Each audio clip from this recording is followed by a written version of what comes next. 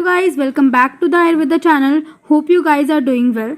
तो आज का जो हमारा वीडियो लेक्चर होगा वो अस्थि धातु पर होगा। प्रीवियसली मैं बता चुकी हूँ कि हमने अपने जो क्रिया शारीर का जो हमने धातु का सीरीज स्टार्ट किया था उसमें ये अस्थि धातु के बारे में आज हम पढ़ेंगे। हमने लास्ट लेक्चर मेद धातु पर किया था। अगर आप लोगों ने अभी तक वो नहीं विजिट किया है तो आप लोग हमारे चैनल पे प्लेलिस्ट है उस पर जाके विजिट कर सकते हैं।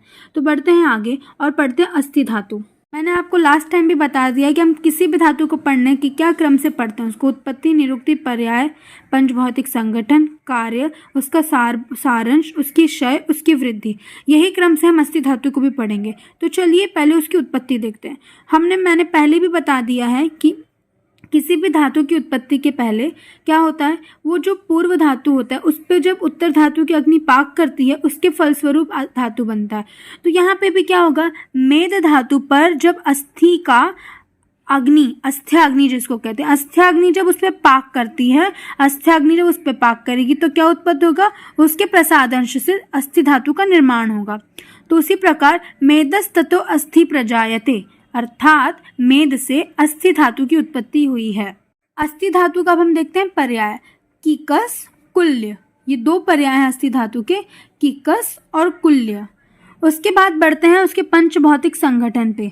अस्थि धातु के पंचभौतिक संगठन क्या, अस्थि धातु में पृथ्वी और वायु महाभूत की प्रधानता होती है।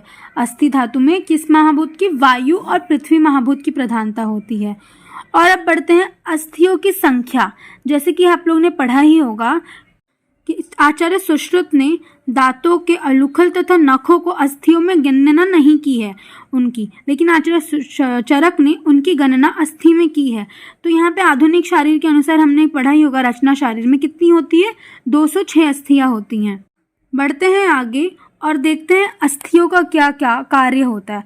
जैसे कि आप जानते ही हैं कि कोई भी मनुष्य किसके सहारे खड़ा होता है, अस्थियों के सहारे। मनुष्य के शरीर को एक शेप जो देता है वो कौन देता है, अस्थियां। तो अस्थियां क्या करती हैं, शरीर को रूप में बनाए रखती हैं, उनको सहारा देती हैं। अस्थियां क्या करती हैं, जो शरीर का इंटरनल ऑर्गन्स होता है उनको प्रोटेक्ट करती हैं। अस्थियां हमारे शरीर का सार है जिसके द्वारा मनुष्य खड़ा रह सकता है, जिसके द्वारा मनुष्य को एक शेप रूप मिलता है। तो यही सारी अस्थियों के कार्य है। आचार्य सुश्रुत ने बताया है अस्थियां 5 प्रकार की होती हैं, कपालस्थि, रुचक अस्थि, तरुण अस्थि, वल्य अस्थि, नलक अस्थि। अब हम बढ़ते हैं आगे और देखते हैं अस्थि सार पुरुष के लक्षण। लाइकवाइज मैंने आपको पहले भी बता दिया है कि जितने भी धातु हैं उनके सार पुरुष के लक्षण आपके लिए बहुत ही इम्पॉर्टेंट है, एग्जाम पॉइंट ऑफ व्यू से भी और नॉलेज पॉइंट ऑफ व्यू से भी। तो हम इसको बहुत ध्यान से पढ़ेंगे और इसको हम लोग श्लोका के साथ पढ़ेंगे जिससे कि हमको वो लाइफ टाइम तक रिमेंबर रहेगा, हम उसको कभी भूलेंगे नहीं। ओके, तो अब देखते हैं अस्थि सार पुरुष के लक्षण क्या होते हैं। पहले मैं आप लोग को श्लोका बताती हूँ। का कुछ इस प्रकार है, पाषण गुल्फ जान्व अरतनी जत्रु चिबुक शिरा पर्व स्थूला स्थूला अस्थि नख दंतश्च अस्थि सार ते महोत्साह क्रियावंता क्लेशसहा सार अस्थि शरीरा भवन्त्य युष्मन्तश्च। तो इसका अर्थात क्या होता है कि अस्थि सार पुरुष के जो लोग होते हैं उनकी जो एड़ी, जानु, जत्रु, चिबुक, सिर, ये क्या होते हैं, पर्व, ये सब स्थूल होते हैं। अस्थियां, नख, दंत, ये सारी स्थूल होती हैं उनकी। अस्थि सार पुरुष वाले बड़े ही उत्साही, क्रियाशील, क्लेशसाहा, क्लेश को सहने वाले, और सारमय, स्थिर शरीर वाले और दीर्घायु होते हैं। और अस्थि सार पुरुष के सिर, कंधे बड़े होते हैं, दांत, हनु, अस्थि तथा नख ये दृढ़ होती हैं। अब किसी भी धातु की क्षय वृद्धि पढ़ना भी बहुत इंपॉर्टेंट है एग्जाम पॉइंट ऑफ व्यू से। आप लोग ऐसे हेडिंग वाइज लिखेंगे तो वो बहुत अच्छा लगता है और आप लोग को इसकी नॉलेज होनी भी बहुत ज़रूरी है। तो पहले हम लोग देखेंगे अस्थि क्षय के लक्षण। अस्थि क्षय में क्या होता है, जो केश, रोम, नख, दाढ़ी, मूछ, बाल ये सब गिर जाते हैं, बहुत थकावट फील होता है, थकावट बहुत शीघ्र आने लगता है, अस्थियों में उनकी पीड़ा होने लगती है और अस्थियां जो होते हैं शिथिल हो जाती हैं। अब हम देखते हैं अस्थि वृद्धि के क्या लक्षण है। अस्थियों की वृद्धि के क्या लक्षण होंगे कि जो दांत होते हैं वो मतलब एक के ऊपर एक जो दांत आती हैं लोगों को, वही अस्थि वृद्धि के लक्षण होते हैं। दांतों में अनैसर्गिक वृद्धि होने लगेगी। अब अस्थि व जो श्रोतस होते हैं, अस्थि व श्रोतस के दूषित होने का क्या कारण बताया गया है। कोई व्यक्ति अधिक व्यायाम करता है, अपनी शरीर से, अपने शक्ति से अधिक व्यायाम करता है, तो उसके शरीर में जो शक्त होती हैं उससे क्या होगा, अस्थियाँ बहुत हिलने लगती हैं।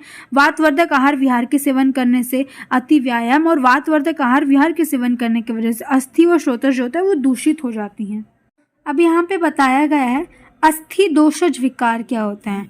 अस्थि में जब कोई दोष उत्पन्न होता है तो उसके वजह से क्या होगा, एक तो अत्यधिक अस्थि मतलब अधिक अस्थि हो जाएंगे, अधिदंत, दंत भेद, दंत शूल, अस्थि भेद, अस्थि शूल, विवर्णता और केश, लोम, नख, दाढ़ी, मूंछ, बाल, इन सब में विकार उत्पन्न होने लगेंगे, ये सब झड़ने लगेंगे। अस्थि शूल, ये सारी आदि जो चीज़ें हैं वो अस्थि दोषज विकार के अंतर्गत आती हैं। अब हम देखेंगे अस्थि के मल। किसी भी धातु में मल पढ़ना और उसके बारे में लिखना बहुत ही इंपॉर्टेंट है। तो अस्थि के मल यहाँ पे बताया गया आचार्य चरक के अनुसार, किट्टम केश लोम अस्थियानो, मतलब अस्थि के मल क्या है, केश और लोम। केश और लोम जो होता है अस्थि के मल होते हैं। तो इस प्रकार हमने अस्थि के मल भी पढ़ लिए। तो आप लोग को बहुत इंपॉर्टेंट जो भी सारे टॉपिक्स थे वो सारे हमने कवर कर लिए। अगर आपको ये वीडियो अच्छा लगा हो तो please like, share and subscribe और अपने फ्रेंड्स को भी शेयर करिएगा। मिलते हैं नेक्स्ट वीडियो में, तब तक के लिए stay tune. Thank you so much for watching.